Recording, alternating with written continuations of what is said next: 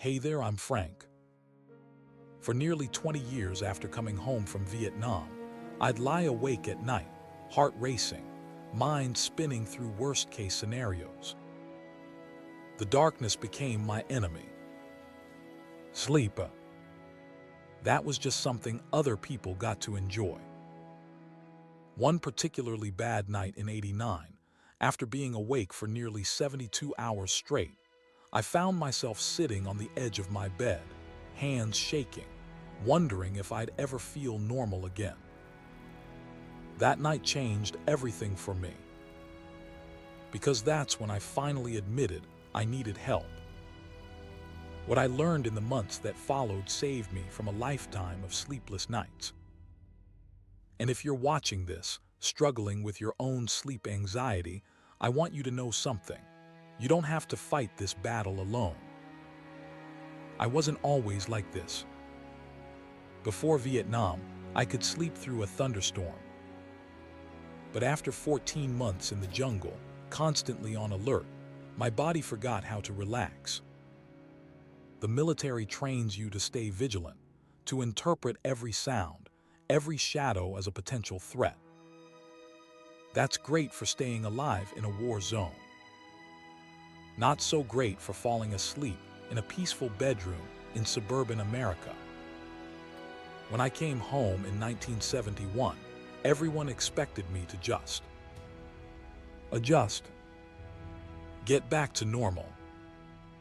But my nervous system didn't get that memo.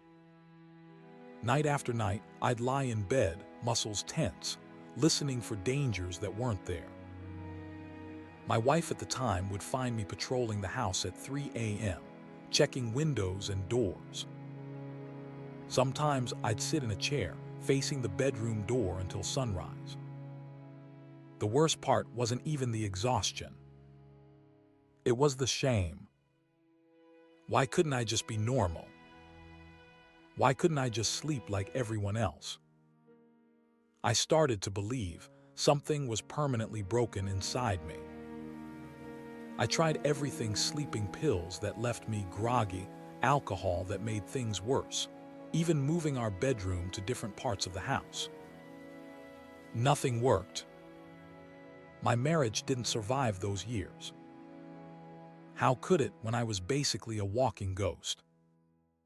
By 1989, I was in my 40s, divorced, working a job I could barely focus on, and essentially surviving on catnaps and coffee.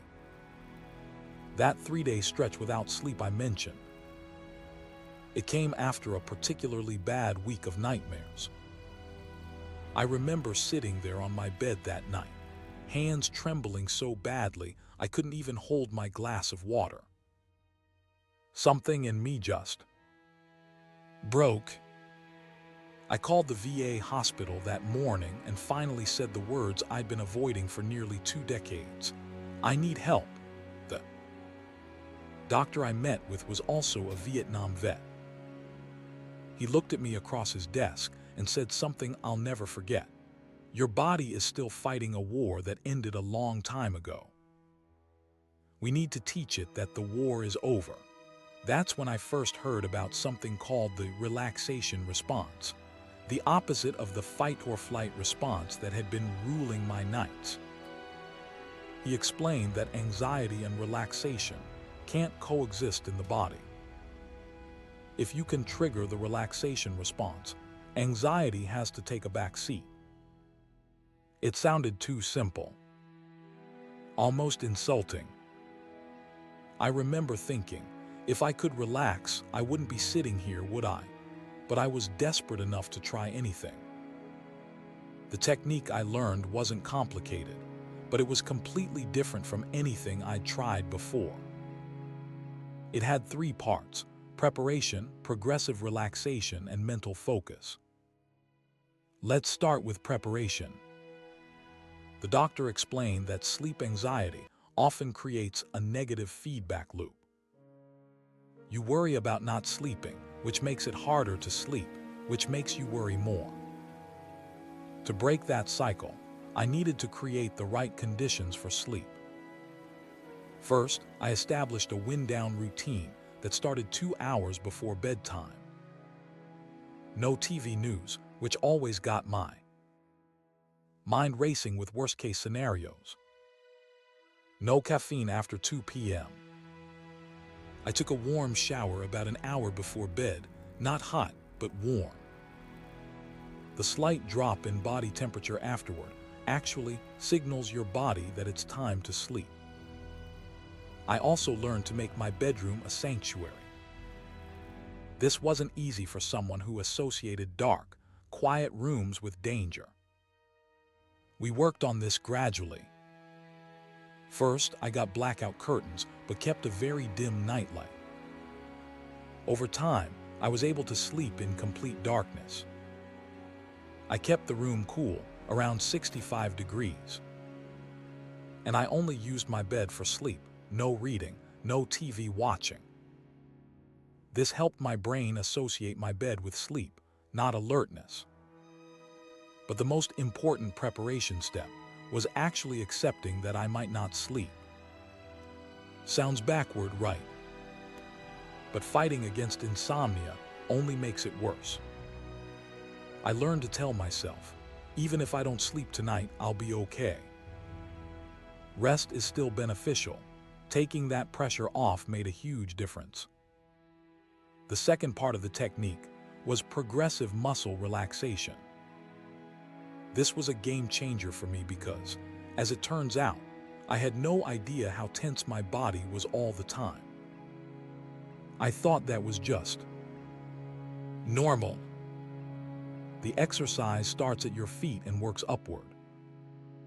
You tense each muscle group deliberately for about 5 seconds, then release and notice the difference. Toes, feet, calves, thighs, and so on up to your facial muscles. The first time I did this, I was shocked at how different my body felt afterward. It was like I'd been carrying a heavy backpack for years and finally set it down. My shoulders actually dropped several inches from where I normally held them. I practiced this every night, lying in bed. At first, it took about 20 minutes to go through the whole routine. Now I can do a quick version in under 5 minutes whenever I feel tension building. What I discovered was that my body had been holding onto the war long after my mind knew it was over. My muscles were still braced for impact, still ready to spring into action at any moment. Teaching them to relax was teaching them that the danger had passed. The final piece was the mental focus component. Even with a relaxed body, my mind would still race. The doctor taught me a modified breathing technique that gave my mind something neutral to focus on. Here's how it works. You breathe in slowly through your nose for a count of 4, hold for a count of 7, then exhale through your mouth for a count of 8. The counting gives your mind a job to do, and the extended exhale activates your parasympathetic nervous system, the rest and digest response that counters the fight or flight. As I breathe, I also silently say a simple word on the exhale. I use safe, but you can choose any calming word that works for you. Peace, relax, home, whatever feels right. When thoughts inevitably intrude, and they will, I don't fight them. Fighting thoughts just gives them more power. Instead, I acknowledge them briefly. That's just a thought, and then gently return to my breathing and my word. This isn't about forcing your mind to be blank. That's impossible. It's about giving your mind something simple and repetitive to focus on, so the anxious thoughts don't have center stage anymore. Now, I want to be completely honest with you. This wasn't an overnight fix. There were plenty of difficult nights, even after I learned these techniques. Sleep anxiety doesn't just disappear because you want it to. I remember about 3 weeks in, I had a major setback. A thunderstorm rolled through around 2 a.m., and the sudden noise catapulted me right back into hypervigilance. I spent the rest of that night sitting up, convinced I was back at square one. I called my doctor the next morning, frustrated and defeated. He told me something important. Recovery isn't linear. It's more like 2 steps forward, 1 step back. That became my mantra during the hard nights. Another challenge was consistency. The technique works best when it becomes a habit, but building habits takes time. There were nights I'd skip parts of my routine because I was tired or busy, and I'd almost always regret it later when I was staring at the ceiling at 3 a.m. And let's talk about the role of medication, because that's often part of the conversation around sleep anxiety. I did use some sleep aids temporarily while I was learning these techniques.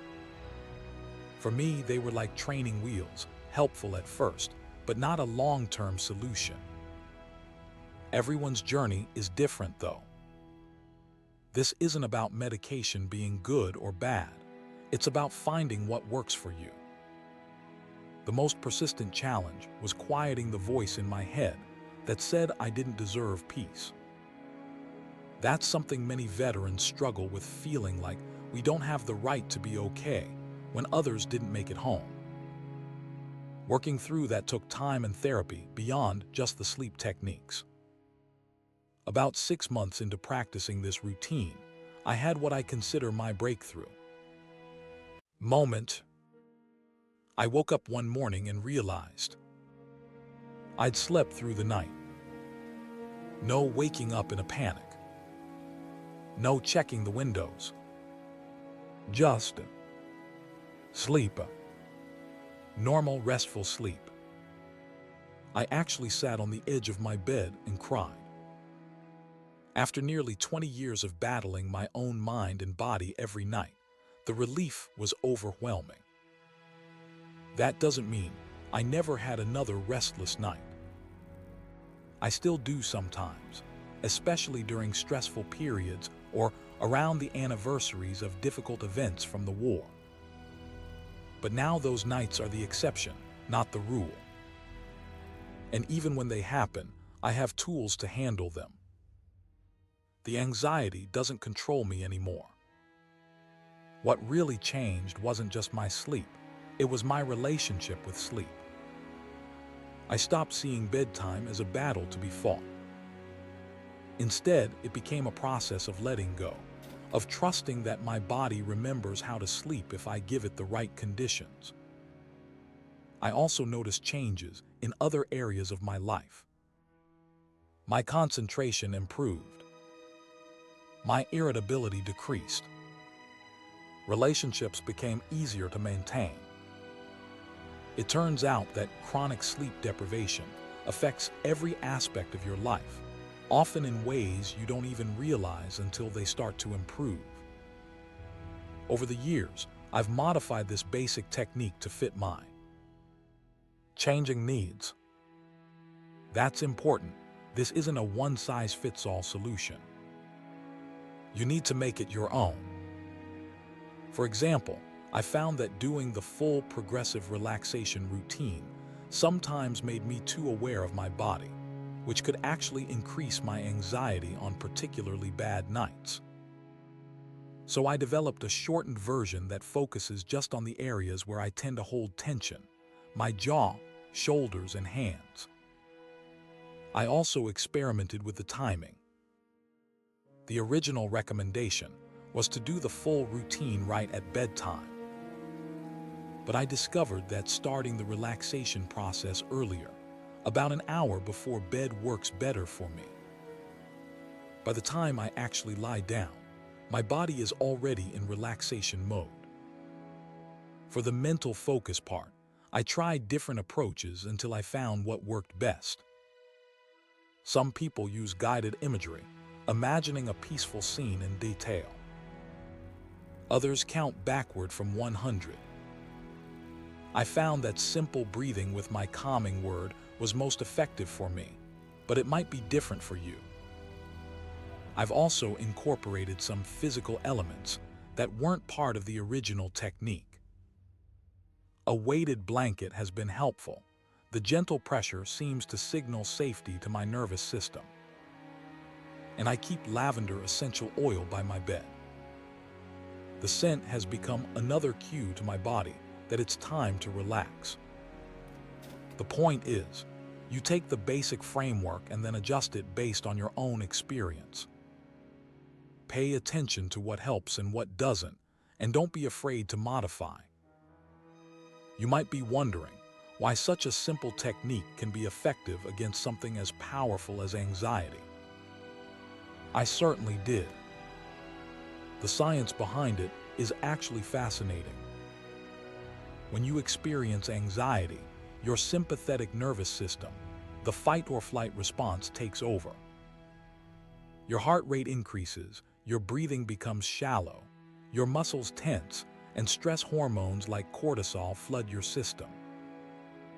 This response evolved to help us survive physical threats, but it's terrible for sleep. The relaxation response activates the parasympathetic nervous system, sometimes called rest and digest, or feed and breed. This is the state where healing and restoration happen. Your heart rate slows, your breathing deepens, your blood pressure drops, and your muscles relax. These two systems act like a seesaw. When one is up, the other is down. You can't be in fight or flight and rest and digest simultaneously. By deliberately activating the parasympathetic response through techniques like deep breathing and progressive muscle relaxation, you're essentially telling your body, it's safe to stand down now. What makes this particularly effective for veterans and others with trauma-related sleep issues is that it addresses both the physical and psychological aspects of anxiety. It's not just about changing your thoughts, it's about changing how your body responds to those thoughts. The technique also works because it breaks the cycle of performance anxiety around sleep. When you lie awake worrying about not sleeping, you create a self-fulfilling prophecy. By shifting your focus to the process of relaxation rather than the outcome of sleep, you remove that pressure. Sleep becomes something that happens naturally, not something you have to force. As powerful as this technique has been for my sleep, its benefits have extended far beyond bedtime. Learning to activate the relaxation response has given me a tool I can use in any stressful situation. Before an important meeting at work, I'll do a quick version of the breathing exercise. When I find myself getting irritated in traffic, I'll notice the tension in my shoulders and consciously release it.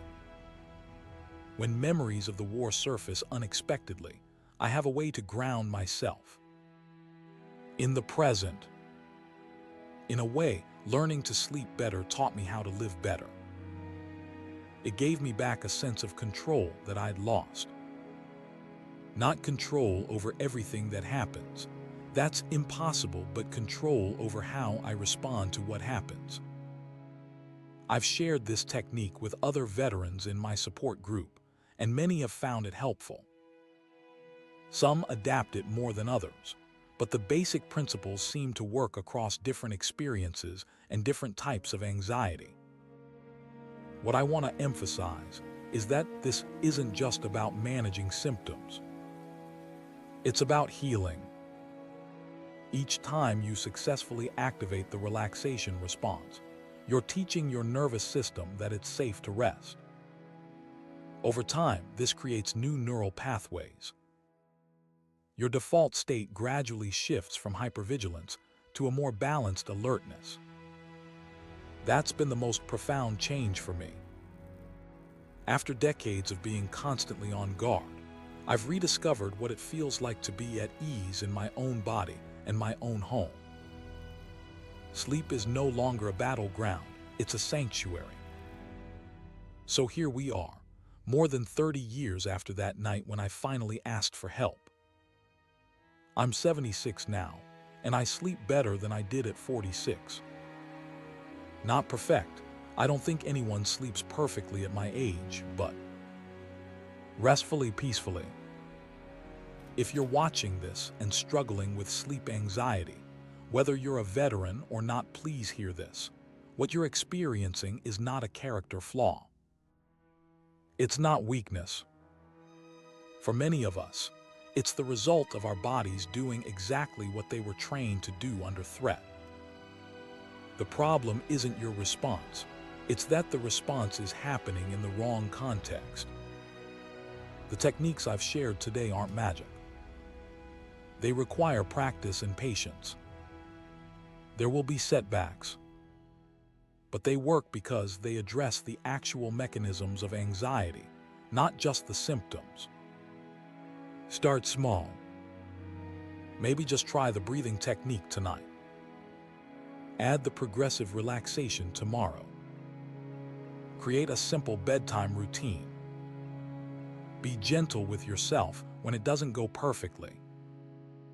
Remember, 2 steps forward, 1 step back. And please, if your sleep anxiety is severe or persistent, reach out for professional help like I did. These techniques can be even more effective when guided by someone trained in sleep disorders or trauma recovery. Sleep isn't a luxury. It's essential for physical and mental health. You deserve to rest well, to feel safe in your bedroom, to wake up refreshed instead of exhausted. That peaceful night's sleep that seems impossible right now. It's closer than you think. I spent 20 years believing I was broken beyond repair. I wasn't, and neither are you. Thanks for listening to my story. If you found this helpful, please share it with someone who might need it. Sometimes the simple act of saying, "I understand what you're going through," can be the first step toward healing. Sleep well, friends. You're not alone in this fight.